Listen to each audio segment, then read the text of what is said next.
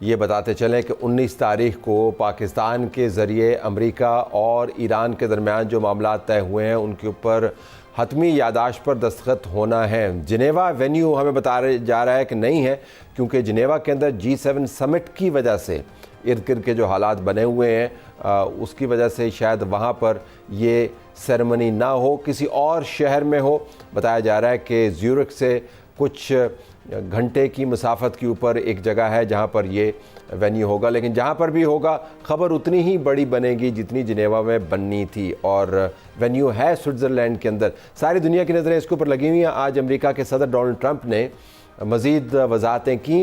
एक ख़बर बराबर में ये भी चल रही है कि उनके पसंदीदा लोगों में से एक शायद इस मुआहदे की कैजुअल्टी बन जाए। CIA का डायरेक्टर भी चेंज हो सकता है और उसके साथ साथ सेक्रेटरी ऑफ वॉर जो बड़ी डंड बैठ के निकाला करते थे, पीट हेगसेट, उनके जाने की ख़बरें भी तय होती हुई नज़र आ रही हैं।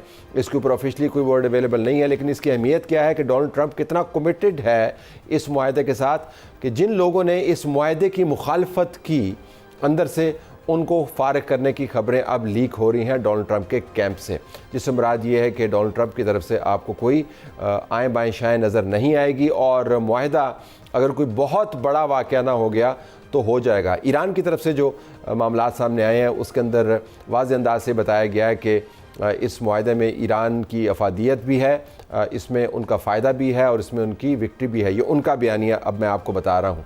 और उन्होंने ये वज़ाहत से बताया कि इस मुआहदे को 2 हिस्सों में तकसीम किया है। जो सैंक्शंस को हटाने का मामला है या जो न्यूक्लियर मामलात हैं वो बाद में तय होंगे। सबसे पहले तो हतमी जंग बंदी होगी और उसके बाद और उसके साथ साथ आबना हुर्मुज़ को खोलना मकसूद है। जब ये मामलात तय हो जाएंगे स्विट्ज़रलैंड के अंदर किसी भी जगह पर जब ये यादाश्त दस्तखत शुदा यादाश्त में तब्दील होगी तो फिर हम दूसरे मरहले का आगाज़ करेंगे। पाकिस्तान की तरफ से जो बयानात आ रहे हैं उससे आपको पता चलेगा कि पाकिस्तान की मरकज़ियत क्या है। पाकिस्तान को इस अहम तरीन मौके की मेज़बानी नसीब हुई है। कुछ ख़बरों के अंदर कतर का रोल भी हाईलाइट किया जा रहा है, लेकिन जो बुनियादी बात करने की है कि पाकिस्तान ने इसके अंदर एक कलीदी किरदार अदा किया। ना सिर्फ कलीदी किरदार अदा किया बल्कि आखिरी सेरेमनी तक पाकिस्तान इसका एक सेंट्रल फिगर रहा है। इसके ऊपर बहुत सारे तज्ज़िये हो रहे हैं। बाज़ लोगों का ख्याल है कि इसमें सवालात ज़्यादा हैं, जवाबात कम हैं। यादाश्त के अंदर कौन कौन से मामला तय होंगे। डोनाल्ड ट्रंप ने ये बताना शुरू किया है कि मैं ऐन मुमकिन है कि जुमे से पहले मीडिया को ब्रीफ़ कर दूं और बता दूं कि इस यादाश्त के अंदर क्या है। ईरान की न्यूज़ एजेंसीज़ की तरफ से भी हमें ये ख़बर मिल रही है कि शायद उसके बराबर में ईरान भी कुछ हिस्से इस यादाश्त के पहले रिलीज़ कर दे। कुछ हिस्से रिलीज़ हों या ना हो, ये यादाश्त सामने आ जाएगी तो पता चल जाएगा कि किस मुल्क ने क्या एग्री किया। वो 1 या 1.5 पेज जिसके ऊपर इतना वक्त लगा, जिसके अंदर इतनी काविश गई, जिसकी बुनियाद एक खूनरेज़ी है, एक खून आशाम किस्म की जंग है, जिसके इर्द गिर्द तीसरी जंग अज़ीम की आपको धमक सुनाई दे रही थी, वो यादाश्त तो सामने आ ही जाएगी। तो हम देखेंगे कि ऐन मुमकिन है कि अगर मौका मिला तो हम वहाँ से जाके इस इशू को कवर करें। इन द मीन वाइल एक ऐसी हुकूमत जो इतनी बड़ी कामयाबी को अपने सर सेहरे के तौर पर सजाने जा रही है 19 तारीख को, उसके ऊपर तनकीद भी बहुत हो रही है। पीपल्स पार्टी उससे नाराज़ नज़र आती है। उसके मदद से सेनेटर बनने वाले जो लोग हैं, जिस तरह सेनेटर फैसल वार्डा हैं, वो उनको शदीद तनकीद का निशाना बना रहे हैं और ये बता रहे हैं इसरार के साथ कि कैसे इस हुकूमत के कदम जो है वो डोल रहे हैं। AJK के अंदर एहतजाज जारी है। गिलगित बल्तिस्तान के मामलात इलेक्शन के हवाले से धांधली वाले नारों में तब्दील हो रहे हैं। तो इन तमाम मामलों का भी हमने अहाता करना है।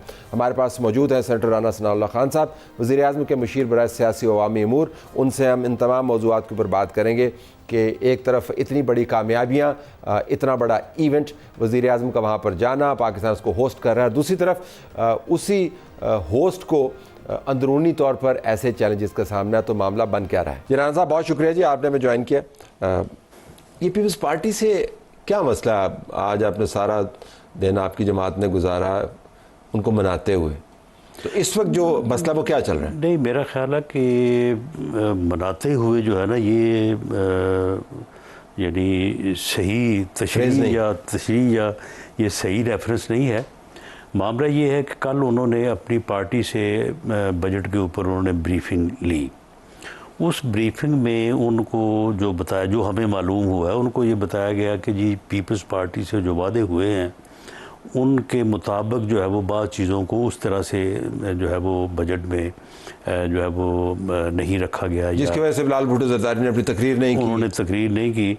और उसके ऊपर फिर आज इसहाक डार साहब ने, क्योंकि पहले भी सारी नेगोशिएशन डिस्कशन उन्हीं के साथ हुई थी, तो आज उन्होंने जो है वो बैठ के उनके साथ वो सारी चीज़ें जिनकी वजाहत थी या जो भी इससे मुतल्लका चीज़ें थी, तो वो सारी उनके सामने जो है वो रखी। तो उनको जो उनको पूरी तरह वो दुरुस्त नहीं और उनको मुतमिन किया। मेरा ख्याल है कि बाज़ औक़ात चीज़ें ऐसी होती हैं कि उनको ये कहना कि दुरुस्त नहीं था, ये दुरुस्त नहीं, लेकिन बाज़ चीज़ें ऐसी होती हैं कि उनको एक्सप्लेन करने से बात समझ आ जाती है कि जो जिस चीज़ की कमी समझी जा रही है कि ऐसे नहीं है, लेकिन वो अदरवाइज़ चीज़ होती ऐसे ही है।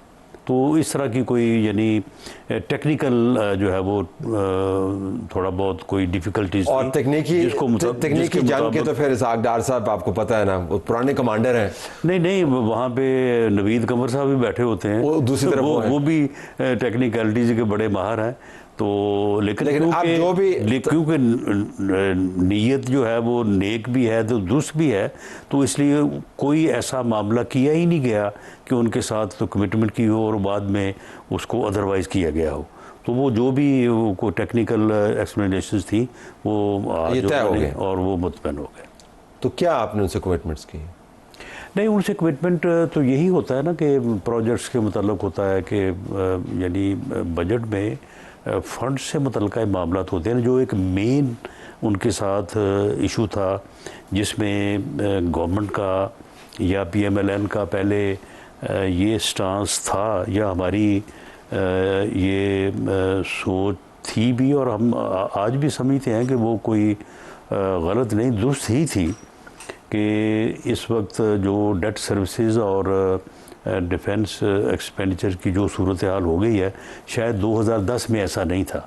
2010 में इनका वॉल्यूम बहुत कम था, और ये आने वाले ये जो 16-17 साल गुजरे हैं तो अब ये बहुत ज़्यादा हो गया है। तो अब वो जो सोर्सेज की तकसीम बिटवीन फेडरेशन एंड प्रोविंसेस है, तो उसके ऊपर को थोड़ा नजरसानी एक तो बजटरी फार्मूला जो आपने तय कर लिया कि सूबों ने कितना देना है 3 साल के लिए। नहीं, ये तो बाद में तय हुआ ना। हमारा पहले मौक़िफ़ ये था कि NFC में उस फार्मूले को जो है वो उसमें थोड़ा चेंज ले आई जाए। ठीक है, लेकिन पीपल्स पार्टी ने इससे इख्तलाफ किया और उन्होंने कहा कि नहीं जी, हमें अपने जो है वो अगर मरकज़ की फेडरेशन की ज़रूरियात बढ़ गई हैं तो वो हमें जो है वो सोर्सेज को बढ़ा के जो है वो उससे पूरा करना चाहिए। अब ये तय हुआ कि NFC का फार्मूला तय नहीं करना, आपने तब्दील नहीं करना फ़िलहाल तो वो तब्दीली वाली बात जो है वो फिर एक कमिटमेंट ये ऊपर कंसेंसस नहीं हुआ,